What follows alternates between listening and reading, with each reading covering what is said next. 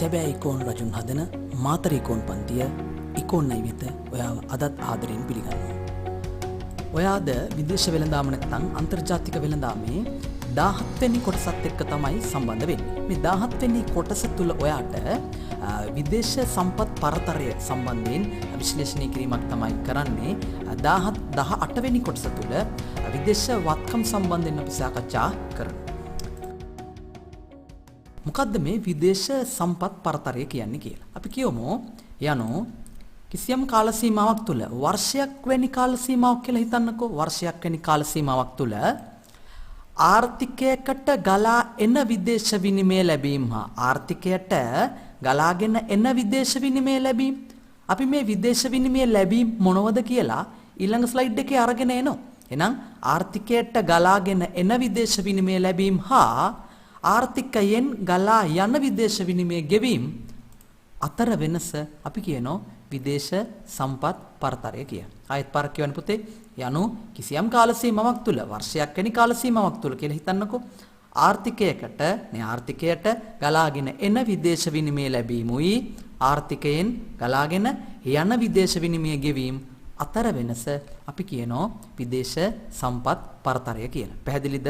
අපි යමු එක සූත්‍රයක් මාර්ගෙන් සාකච්ඡා කරන්න. විදේශ සම්පත් පරතරය සමානයි විදේශ විනිමය ලැබීම නැත්නම් විදේශ ලැබීම කියලා ඔක කියනවා. විදේශ විනිමය ලැබීම. එකෙන් අඩු කරන පුතේ විදේශ විනිමය ගෙවීම ටික. එහෙනම් විදේශ විනිමය ලැබීම වලින් විදේශ විනිමය ගෙවීම නැත්නම් විදේශ ලැබීම වලින් විදේශ ගෙවීම ටික අපි අඩු කරාට පස්සේ කියනවා විදේශ සම්පත් පරතරය කියලා. අපි යන් ඊළඟ ස්ලයිඩ් එක තුල මොනවද ලැබීම් මොනවද ගෙවීම් කියලා සාකච්ඡා කරන්න.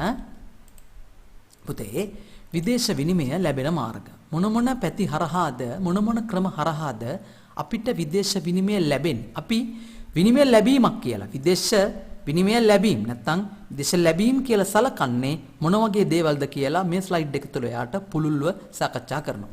මුලින්ම අපි මේ ටික කියවමු. පළවෙනි එක භාණ්ඩ අපනයන ලැබීම. ඔයා දන්නවා නේ භාණ්ඩ අපනයනය කරාම ඒ ලැබෙන විදේශ විනිමය.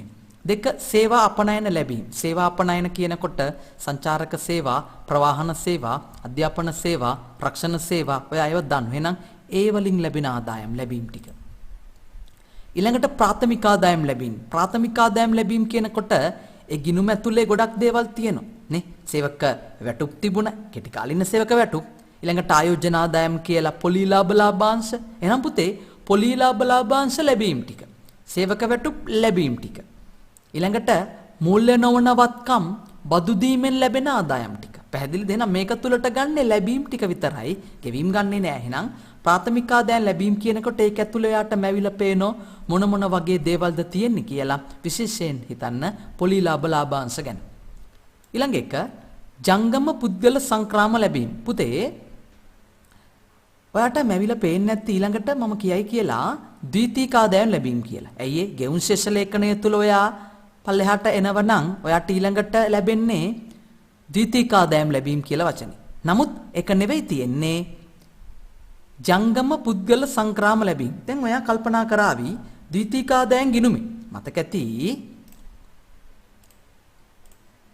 ද්විතීක ආදායම් ගිණුම මෙහෙමනම් ද්විතීක ආදායම් ගිණුමේ ප්‍රධාන වශයෙන් තිබුණ පුතේ නිල සංක්‍රාමයි පුද්ගල සංක්‍රාමයි. රජයකින් රජයකට ලැබෙන සංක්‍රාම අපි කියනවා නිල සංක්‍රාම. මේක තුල තියෙන්නේ මතක තියාගන්න මේ ද්විතීක ආදායම් ගිණුම තුලට ගන්නේ මොන සංක්‍රාම විතරද? වර්තන සංක්‍රාමනේ. ඒ කියන්නේ කපම් බීපම් කියලා මම අර කියන්නේ අන්නේ අර්ථයෙන් ලැබෙන සංක්‍රාම. යෝජනා ක්‍රම ආධාර නෙවෙයි. පුද්ගල සංක්‍රාම කියලා කියන්නේ පුතේ අර විදේශ සේවා නියුක්තිකයෝ උපෙන්න සල්ලි. එතකොට හොඳට බලන්න මේ ද්විතීක ආදායම් ලැබීම් කියලා නෙවෙයි මෙතන තියෙන්නේ. මෙතන තියෙන්නේ ජංගම කියලා කියන්නේ වර්තන කියන අර්ථය. පුද්ගල සංක්‍රාම. එහෙනම් නිල සංක්‍රාම ගන්නවද ද්විතීක ආදායම් ගිණුම මෙහෙමනම් මේකේ මේ නිල සංක්‍රාම ටික අපි ලැබීමක් විදේශ විනිමය ලැබීමක් කියලා අරගන්නවද? නැහැ. අරගෙන තියෙන මොන සංක්‍රාම විතරද? පුද්ගල සංක්‍රාම විතරයි. ඒක මතක තියාගන්න.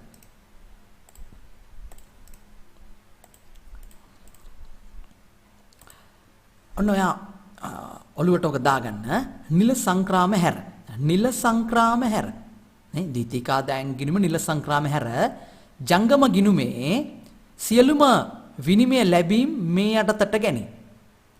ඔයා තේරුම් ගන්න දෙයක් ගෙවුම් ශේෂ ලේඛනයේ පුතේ ජංගම ගිණුම තිබුණා. ඒ ජංගම ගිණුම ඇතුලේ තමයි මේ භාණ්ඩ නැත්නම් වෙළඳ ගිණුම, සේවා ගිණුම, ප්‍රාථමික ආදායම් ගිණුම, ද්විතීයික ආදායම් ගිණුමේ මොන කෑල්ල විතරයි අරගන්නේ පුද්ගල සංක්‍රාම විතරයි. දැන් විදේශ විනිමය ලැබෙන මාර්ග කියලා පුතාට මේ දේවල් විතරයි. එතකොට ඔයාට මතක් වේවි ඇයි ඊළඟට ප්‍රාග්ධන ගිණුම තිබ්බා? ඇයි ඊළඟට මූල්‍ය ගිණුම තිබ්බා? එතකොට ඒවයි තියෙන දේවල් මේකට ගන්නෙ නැද්ද කියලා. නෑ පුතේ නම් හුත්තට ඔළුවේ තියාගන්න. ජංගම ගිණුමේ සියලුම විනිමය ලැබීම්. මොනවයි? ජංගම ගිණුමේ සියලුම විනිමය ලැබීම් තමයි ගන්නෙ. ඒකෙත් ගන්නෙ නෑ මොන කෑල්ලද? නිල සංක්‍රාම. ඒ කියන්නේ ඒක නිල සංක්‍රාම තියෙන්නේ ජංගම ගිණුමේ දන්නෝ. ද්විතීයික ආදායම් ගිණුමේ ඒක හැර ඉතිරිය තමයි මෙතෙන්ට අපි අරගන්නේ. පැහැදිලිද ඒක? හොඳට ඔළුවේ තියාගන්න. එකම කියන පුතේ ප්‍රාග්ධන හා මූල්‍ය ගිණුමේ ලැබීම් නොගන්න. අපි ඒක කතා කරන්නේ. එහෙනම් ප්‍රාග්ධන හා මූල්‍ය ගිණුමේ තියෙන ලැබීම් ගන්නෙ නෑ. ජංගම ගිණුමේ තියෙන ලැබීම් විතරයි. ඒකේ ද්විතීයික ආදායම් ගිණුමේ තියෙන නිල සංක්‍රාම ටික ගන්නෙ නෑ. පැහැදිලිනේ? අපි යන් කතා කරන්න විදේශ විනිමය ගෙවන මාර්ග. ඒ කියන්නේ විදේශ විනිමය රටෙන් එළියට යන විදි. එකක් භාණ්ඩ ආනයන ගෙවීම. භාණ්ඩ ආනයනය කරනකොට අපේ රටෙන් ඩොලර් එළියට යනවා. එහෙනම් අන්න විදේශ විනිමය එළියට ගියා. ඊළඟට සේවා ආනයන ගෙවීම. ප්‍රවාහන සේවයක්, සංචාරක සේවයක් මොනවා හරි ඒ ආදී වශයෙන්. ඊළඟට ප්‍රාථමික ආදායම් ගෙවීම. අර පොලි ලාභ ලාභාංශ ලැබෙනකොට ලැබීමක් කියලා අරගත්ත ප්‍රාථමික ආදායම් පොලි ලාභ ලාභාංශ අපි ගෙවනකොට ඒක ප්‍රාථමික ආදායම් ගෙවීමක් කියලා අරගන්න.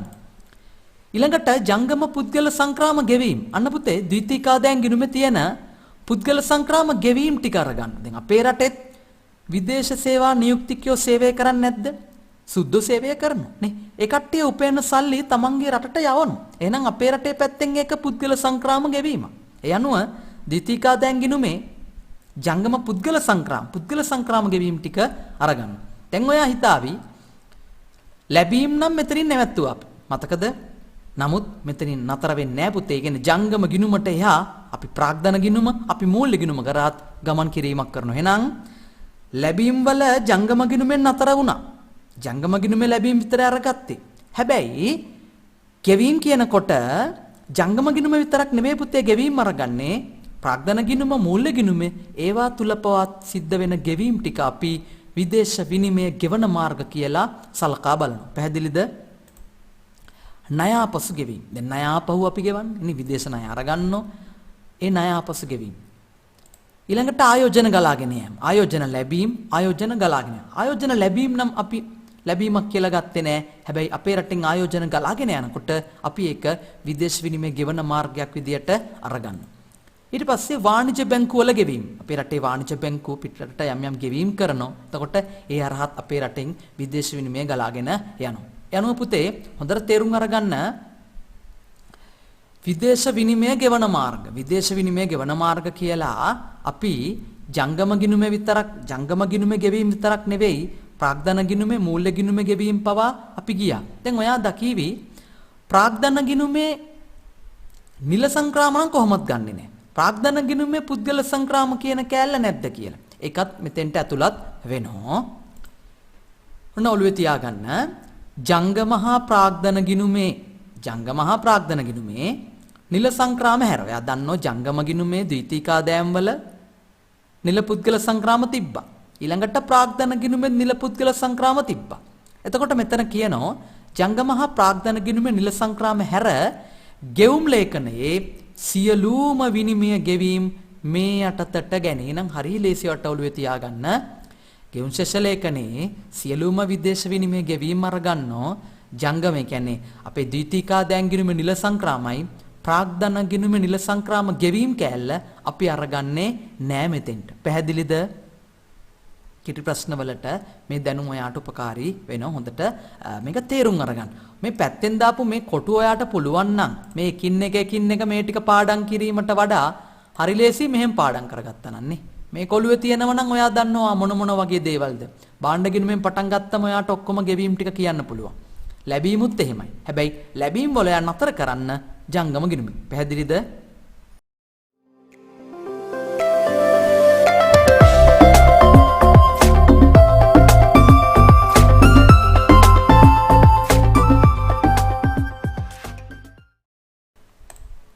අපි සාකච්ඡා කරමු ලංකාවේ විදේශ සම්පත් පරතරය. ලංකාවේ විදේශ සම්පත් පරතරය කොහොමද හොයාගන්නේ? විනිමය ලැබීම් වලින් විනිමය ගෙවීම් ටික අඩු කරා. එතකොට අපේ රටේ ලැබීම් වලට වඩා ගෙවීම් අඩුයිද වැඩිද? පුතේ අපේ රටේ විදේශ විනිමය ලැබෙන ටිකට වඩා ගෙවීම් ටික වැඩි. ඒකින්ද අපේ රටේ විදේශ සම්පත් පරතරය මොනගේයක්ද? හිඟයක් නැත්තම් ඍණගයක් තමයි අරගන්නේ. ඒකට තියෙන හේතු බලමු. භාණ්ඩ අපනයන වලට වඩා සාපේක්ෂව භාණ්ඩ ආනයන වැඩි අගයක් ගැනීම. ඔයා මේ විදේශ වෙළඳාම් පාඩමේ ගෙවුම් ශේෂ ලේඛනයේ මට මතක හැටියට 10 වෙනි වීඩියෝ එක. ඒකේ අර නැව් දෙකක් දාලා තිබුණේ මම. නේ? එතකොට එතන මම ඔයාට පැහැදිලි කරා ඇමරිකන් ඩොලර් මිලියන් කීයක් ලැබිලා තියෙනවද? භාණ්ඩ අපනයන ආදායම. භාණ්ඩ ආනයන වියදම කීයද? එතන මම ඔයාට පැහැදිලි කරා භාණ්ඩ අපනයන ආදායමට වඩා භාණ්ඩ ආනයන වියදම දෙගුණයක් වගේ වැඩි. එහෙනම් ලංකාවේ විදේශ සම්පත් පරතරය ඍණාගයක් ගන්නවා. ඇයි ඒ? භාණ්ඩ අපනයන වලට වඩා භාණ්ඩ ආනයන වැඩි අගයක් ගන්න එක හේතුවක්. තව හේතුවක් ඔයා දන්නෝ මේ ලැබීම් ගෙවීම්නේ. එතකොට ප්‍රාථමික ආදායම් ලැබීම් වලට සාපේක්ෂව ප්‍රාථමික ආදායම් ගෙවීම් වැඩි වීම නේ. පොලි ලාභ ලාභාංශ ලැබෙන ප්‍රමාණයට වඩා පොලි ලාභ ලාභාංශ ගෙවන ප්‍රමාණය වැඩි. ඒකින්දනේ අපේ රටේ ද්විතීයික ආදායම් ගෙනුම මොනගයක් තියෙන්නේ? ඍණාගයක්. භාණ්ඩ නැත්තම් වෙළඳ ගිණුමේ මොනගයක්ද තියෙන්නේ? ඍණාගයක්. සේවා ගිණුමේ නම් අතිරික්තයක් නේ. මතකයිද? භාණ්ඩ නැත්තම් වෙළඳ ගිණුමේ ඍණාගයක්. ඇයි ඒ? භාණ්ඩ අපනයන ආදායමට වඩා භාණ්ඩ ආනයන වියදම වැඩි. ද්විතීයික ආදායම් ප්‍රාථමික ආදායම් ගිණුමේ ඍණාගයක්. ඇයි ඒ? පොලි ලාභ ලාභාංශ ලැබෙන ටිකට වඩා පොලි ලාභ ලාභාංශ ගෙවන ටික වැඩි. එහෙම නැත්නම් ප්‍රාථමික ආදායම් ලැබීම් වලට වඩා ප්‍රාථමික ආදායම් ගෙවීම් ටික වැඩි. හේතු දෙකයි. තුන්වෙනි හේතුව ණය ආපසු ගෙවීම් ඉතා විශාල අගයක් ගැනීම. ඇත්තනේනේ ණය අපි අරගන්න විදේශීය ණය ආයතන වලින් රටවල් වලින් ඒවා ගෙවන්නත් ඕනේ. එහෙනම් ණය ආපසු ගෙවීම් ඉතා විශාල අගයක් ගන්න. වාණිජ්‍ය බැංකු විසින් අපේ රටේ වාණිජ්‍ය බැංකු විසින් විදේශ රටවලට කරන ගෙවීම් වැඩි වෙමින් පැවතීම නේ. එන්න අපේ රටේ වාණිජ්‍ය බැංකු වලින් වෙනත් රටවලට කරන ගෙවීම් ගෙවන්න ඕනේ ඩොලර් ඒ වලින්නේ විදේශ විනිමය හරහානේ. එතකොට ගෙවීම් වැඩි වෙමින් පවතී. මෙන්න මේ හේතු හින්දා පුතේ අපේ රටේ විදේශ සම්පත් පරතරය මොනගයක්ද අරගන්නේ? ලැබීම් වලට වඩා ගෙවීම් වැඩි වෙලා ඍණාගයක්. පැහැදිලිද? අපි කතා කරමු විදේශ සම්පත් පරතරය ඍණාගයක් ගැනීමේ ආර්ථික ප්‍රතිවිපාක. දැන් නතර වුණේ අපි කියලා විදේශ සම්පත් පරතරය හිඟයක් නැත්තම් ඍණාගයක් කියලානේ. එහෙනම් ඍණාගයක් ගත්තම තියෙන ආර්ථික ප්‍රතිවිපාකත් ඔයා ඉගෙන ගන්න ඕනේ නේ. මොන වගේ දේවල්ද එක තුලින් සිද්ධ වෙන්න පුළුවන්? රට තුල විදේශවත්කම් ප්‍රමාණය පහළ යාම. අන්න පුතේ කියනවා රට ඇතුලේ විදේශවත්කම්. මම කිව්වා මේ වීඩියෝ එක ආරම්භ කරනකොට මේ වීඩියෝ එක තුල ඔයාට ගේන්නේ විදේශ සම්පත් පරතරය කියන මාතෘකාව සිලබස් එකේ විදියට. හරිද? ඊළඟ වීඩියෝ එක තුල ඔයාට මේ කොටසත් එක්කම සම්බන්ධයක් තියෙනවා විදේශවත්කම්. ඊළඟ වීඩියෝ එක තුල මම සම්පූර්ණ විදේශවත්කම් සම්බන්ධයෙන් සාකච්ඡා කරනවා. එතකොට රට තුල විදේශවත්කම් ප්‍රමාණය පහළ යනවලු. ඇයි ඒ? ඍණාගයක් ගන්නකොට ලැබීම් වලට වඩා ගෙවීම් වැඩි වෙනකොට මේක පියවන්න ඕන. අපි පියවන හැටි කතා කරනවා. එතකොට පියවනකොට පියවන්න ඕනේ තමන් ගාව තියෙන විදේශ වත්කමින්. රජය සහ නේ මහ බැංකුව සහ රජය ගාව තියෙන නිල විදේශ වත්කමෙන් මේක පියවන්න ඕන. එතකොට රට තුල විදේශ වත්කම් ප්‍රමාණය මොකද්ද වෙන්නේ? පහළ යාමක් සිද්ධ වෙනවා. අපි විදේශ වත්කම් ගැන ඊළඟ වීඩියෝ එක තුල ඉතා පුළුල් විග්‍රහයක් ගේනවා. හිඟය පියවීමට විදේශ ණය ගැනීමට සිදුවීම. පුතේ මේ හිඟය පියවන්න විදේශ වත්කම් විතරක් මදි. මේ හිඟය පියවන්න අපිට විදේශ ණය ගන්න සිද්ධ වෙනවා. නේ? එහෙනම් දෙකයි. තුන දේශීය වෙන්න ඕනේ. එතන දේශීය මුදලේ විදේශීය අගය පහළ යෑම. දේශීය මුදලේ විදේශීය අගය කියන්නේ පුතේ අපේ රුපියලට එළියේ තියෙන අගය. ඒ කියන්නේ ඩොලරය ඉස්සරහා අපේ රුපියල ෂේ වෙනවා. අපේ රුපියල අවප්‍රමාණය වෙනවා. ඔයාට ඇහෙන වචනයක් නිතරම නේ. විනිමය අනුපාතිකය ඉහළ යනවා කියන එක. එහෙනම් රුපියල ෂේ වෙනවා. අපි ඒක අරම කියමු. දේශීය මුදලේ විදේශීය අගය පහළ යෑම. විනිමය අනුපාතයේ මාතෘකාව මම තාම ගෙනාවේ නැහැ. ඊළඟ වීඩියෝ එකෙන් පස්සේ මම විනිමය අනුපාතිකය කියන කොටසට තමයි යන්න සූදානම් වෙන්නේ. වැදගත්ම කොටසක් ඒක. ඊළඟ එක විදේශ ණය සේවා කරන ගෙවීම් ප්‍රමාණය ඉහළ යෑම. මොකද්ද පුතේ මේ විදේශ ණය සේවා කරන ගෙවීම් කියන්නේ? ඔයාට මේ නම මේ සංකල්පය ගොඩක් වෙලාවට අහුවෙන්නේ රාජ්‍ය මූල්‍ය කියන පාඩමේ. විදේශ ණය සේවා කරන විදේශ ණය සේවා කරණය කියන්නේ පුතේ අපි විදේශයන්ගෙන් අරගෙන තියෙන ණය අපසු ගෙවීම. එහෙනම් විදේශ ණය සේවා කරන ගෙවීම් ප්‍රමාණය ලෑම. දැන් හිඟේ පියවන්න ණය ගන්න එපා නේ. ඒ ණය අපි ගෙවන්න එපා. එහෙනම් විදේශ සම්පත් පරතරය ඍණ නැත්තම් හිඟයක් ගත්තම ආර්ථික ප්‍රතිපාකයක් විදියට විදේශ ණය සේවා කරන ගෙවීම් ප්‍රමාණයත් මොකද්ද වෙන්නේ? ඉහළ යාමක් වෙනවා. ණය අර්බුද වලට ලක්වීම නේ. ලංකාව දැනටමත්පත් වෙලා තියෙන ණය අර්බුද විදේශ ණය අරගන්නෝ. එතකොට ණය අර්බුද වලට ඒ ණය ගෙවන්න ණය අරගන්නෝ නේ රෝලක් කියන්නේ. එතකොට ණය අර්බුද වලට ලක්වීම. පුතේ අවසාන වශයෙන් දාලා වැදගත් කොටසක් මුදල් සැපයීම පහත වැටීම. පුතේ ඔයා තේරුම් ගන්න මම ඒක පැහැදිලි කරන්නේ ඊළඟ වීඩියෝ එක තුල පුළුල් විග්‍රහයක් ගේනවා ඔයාට. විදේශවත්කම් කියන මාතෘකාව ඊළඟ වීඩියෝ එකේ එන්නේ. මෙන්න මේ විදේශවත්කම් හා මුදල් සැපයීම අතර අනුලෝම සම්බන්ධයක් තියෙනවා. හොඳට තේරුම් ගන්න. මේ දෙක අතර ඊළඟ වීඩියෝ එකේ ගේනවා එක අනුලෝම සම්බන්ධයක්. විදේශවත්කම් වැඩි වෙන්න එහා ප්‍රමාණයට රට ඇතුලේ සල්ලි අච්චු ගැහෙනවා. වගකීම් මහා බැංකු ශේෂපත්‍රයේ වගකීම් හා වත්කම් අරගෙන අපි මුදල්හා බැංකු පාඩමේ විග්‍රහයක් කරා. ඔයා මුදල්හා බැංකු පාඩම ඉගෙනගෙන තියෙනවා නම් පන්ති කාමරය තුල මම මේ කියන දේ යාට මම පැහැදිලි කරලා දෙන්න ඕනේ නැහැ. ටක් ගාලා මැවිලා පේනවා. එහෙනම් විදේශවත්කම් වැඩි වෙනකොට රටේ මුදල් සැපයීම ඒ කියන්නේ රුපියල් ප්‍රමාණයත් මොකද්ද වෙන්නේ? වැඩිවීමක් වෙනවා. ඒ අනුව උඩ අපි කතා කරේ මොකද්ද? ආර්ථික ප්‍රතිපාකයක් කියලා විදේශවත්කම් අඩු වෙනවා. විදේශවත්කම් අඩු වෙනකොට එහෙනම් රටේ මුදල් සැපයීමත් මොකද්ද වෙන්නේ? පහත වැටීමක් වෙනවා. පැහැදිලිද? යන ඔයා ඔළුවට දාගන්න විභාගෙට ඇහුවොතින් විදේශ සම්පත් පරතරය ඍණ අගයක් ගැනීමේ ආර්ථික ප්‍රතිවිපාක පාඩම් කරගන්න විදේශවත්කම් ප්‍රමාණය අඩු වෙනවා. ඒකම ඔයාට එතනින් වෙයි තලයේ දාපු විදියට කියන්න පුළුවන් මුදල් සැපයීම අඩු වෙනවා. මම අන්තිමට දැම්මට ඒක ඔයා ඊළඟට කියන්න. ඔයාට සම්බන්ධය තේරෙනවා ටිකක්. දෙවෙනි එක හිඟිය පියවීමට විදේශ ණය ගන්න සිද්ධ වෙනවා. ණය ගන්න එපා හිඟිය පියවන්න. ඒකම කියන්න පුළුවන් ඔයාට පුතේ මෙන්න මේ කාරණේ නේ. ණය අර්බුද වලට ලක් වෙනවා. කරුණු හතරක් හරි. ඊළඟට රුපියල් ෂේ වෙන එක. ඒ කියන්නේ දේශීය මුදලේ මෙතන දේශීය වෙන්න ඕන.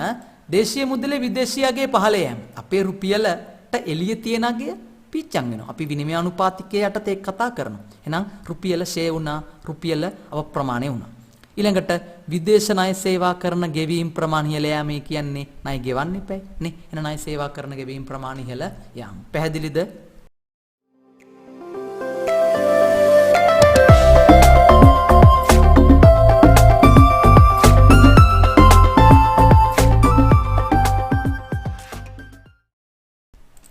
ඊළඟ මාතෘකාව විදේශ සම්පත් පරතරය මැන දැක්විය හැකි ආකාර. පුතේ අපි සාකච්ඡා කර හිටියේ විදේශ සම්පත් පරතරය කතා කරා, විදේශ සම්පත් පරතරය හොයන හැටි කතා කරා, විනිමය ලැබීම් කියන්නේ මොනවද, විනිමය ගෙවීම් කියන්නේ මොනවද කියලා කතා කරා. ලංකාවේ මේ පරතරය ඍණාගයක් කියලා කතා කරා. ඒ ඍණාගයක් ගැනීමේ ආර්ථික ප්‍රතිවිපාක ගැන කතා කරා. ඊළඟට විදේශ සම්පත් පරතරය මැන දැක්විය හැකි ආකාර. මේක පුතේ මැන දක්වනු සාපේක්ෂ වශයෙන් මෙන්න මෙහෙම. එක ක්‍රමයක් තමයි දලදේශීය නිෂ්පාදනයට සාපේක්ෂව රටේ දලදේශීය නිෂ්පාදනය 100ක් නම් ඒ 100න් කීයක් අපේ රටේ හිඟය පරතරය තියෙනවද කියන. පැහැදිලිද? මොන සූත්‍රයවම යාට තේරෙවි. දෙවන ක්‍රමය තමයි පුතේ මුළු විදේශ විනිමය ඉපයුම් වලට නැත්තම් මුළු විදේශ විනිමය ලැබීම් වලට සාපේක්ෂව. අපි බලමු සූත්‍ර දෙක චුට්ටක්. ඒ අවබෝධ තියාගන්න ඇති. ඉර උඩ විදේශ සම්පත් පරතරය ගැප් එක කීයද? හිතන්න ගැප් එක 100යි කියලා. ගැප් එක හිතන්න 200යි කියලා. ඉර උඩ ගැප් එක 200යි. ලැබීම් වලින් ගෙවීම් අඩු කරා ගැප් එක 200යි කියලා හිතන්න. ඉර යට දලදේශීය නිෂ්පාදනය. දලදේශීය නිෂ්පාදන ඉර යට ಗುಣ කරගන්නෝ කීයෙන්ද? 100න් අපිට පුළුවන් එතකොට ප්‍රතිශතයක් විදියට කියන්න නේ කීයද කියලා. අපි හිතමු මෙන්න මෙහෙම පුතේ. නිකන් ඉලක්කම් දාමු. ගැප් එක 20යි. රටේ දලදේශීය නිෂ්පාදනය මිලියන් 100 නම් ගුණ කරගන්නෝ 100යි.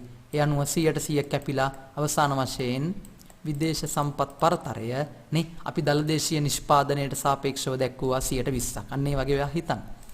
අපි යමු දෙවෙනි ආකාරය ගැන කතා කරන්න. ඉර උඩ අර වගේම විදේශ සම්පත් පරතරය. ඉර යට මොකද්ද? විදේශ විනිමය ඉපයුම් ලැබීම් ටික ගුණ කරනවා කීයෙන්ද 100න් අර වගේ. මම ඉර යට ලැබීම්. ඉර උඩ තියෙන්නේ ગેප් එක. ලැබීම් වලින් ගෙවීම් ටික අඩු කරපු ગેප් එක ඉර උඩ.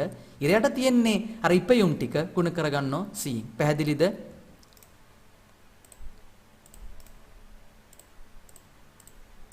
අපි සාකච්ඡා කරමු අවසාන වශයෙන් විදේශ සම්පත් පරතරය පියවීම. නේ දැන් හිඟය ඍණාගයක් තියයි කියලා කිව්වා. ඍණාගයක ආර්ථික ප්‍රතිවිපාක කිව්වා. ඒක මැන දැක්විය හැකි ආකාර ගැන කතා කරා. අවසාන වශයෙන් බලමු මේ හිඟය පියවන්නේ. මේ ඍණාගය කොහොමද පියවන්නේ කියලා. එක ක්‍රමයක් තමයි පුතේ සැපයුම් කරුවන්ගෙන් ණය ලබාගෙන.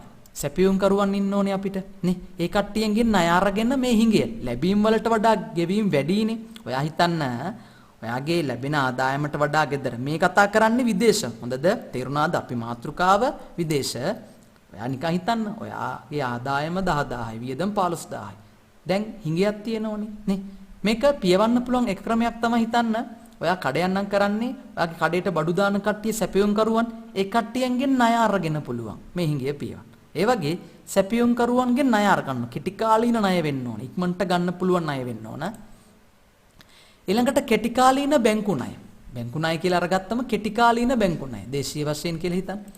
ඊළඟට IMF ණය. විදේශීය වශයෙන් වෙන්න පුළුවන්. රට ඇතුලේ බැංකු ගාවක් තියෙනවා ඩොලර්. නේ? ඊළඟට IMF ජාත්‍යන්තර මූල්‍ය අරමුදලෙන් කෙටි කාලීන ණය ගන්න පුළුවන්.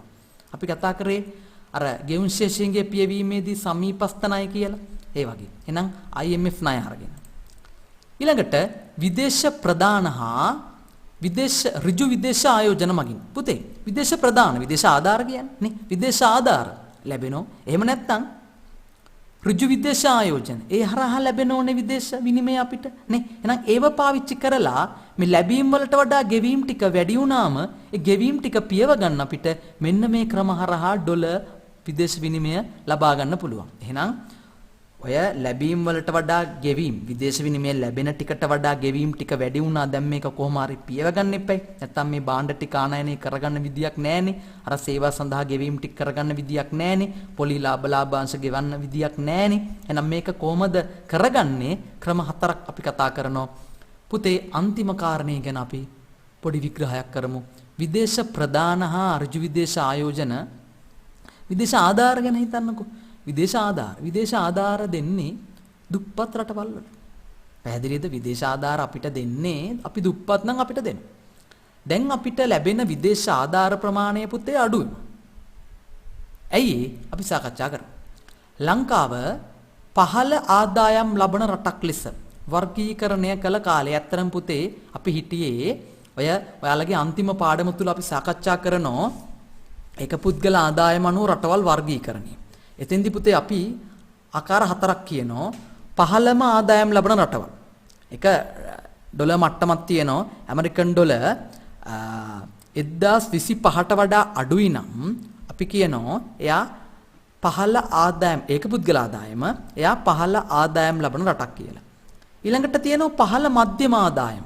අපි ඒක අන්තිම පාඩම තුල කතා කරනවා. ඒ කියන්නේ පරතරය පරාස ටික. පළවෙනි එක පහළ ආදායම් ලබන රටවල්. දෙවෙනි එක පහළ මධ්‍යම ආදායම් ලබන රටවල්. අපේ රට හිටියේ ඔන්න ඔතන.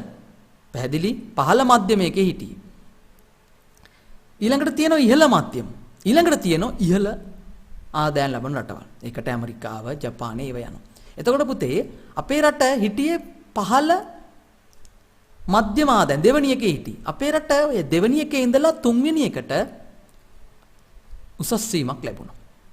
පැහැදිලි? එතකොට අපේ රට දුප්පත් රටක් නෙවෙයි කියලා තමයි දැන් පිළිගන්නේ. එතකොට අපිට ලැබෙන ආධාර නේ ආයෝජන ප්‍රමාණ මොකද්ද වෙන්නේ? අඩුවීමක් වෙනවා. පැහැදිලිද?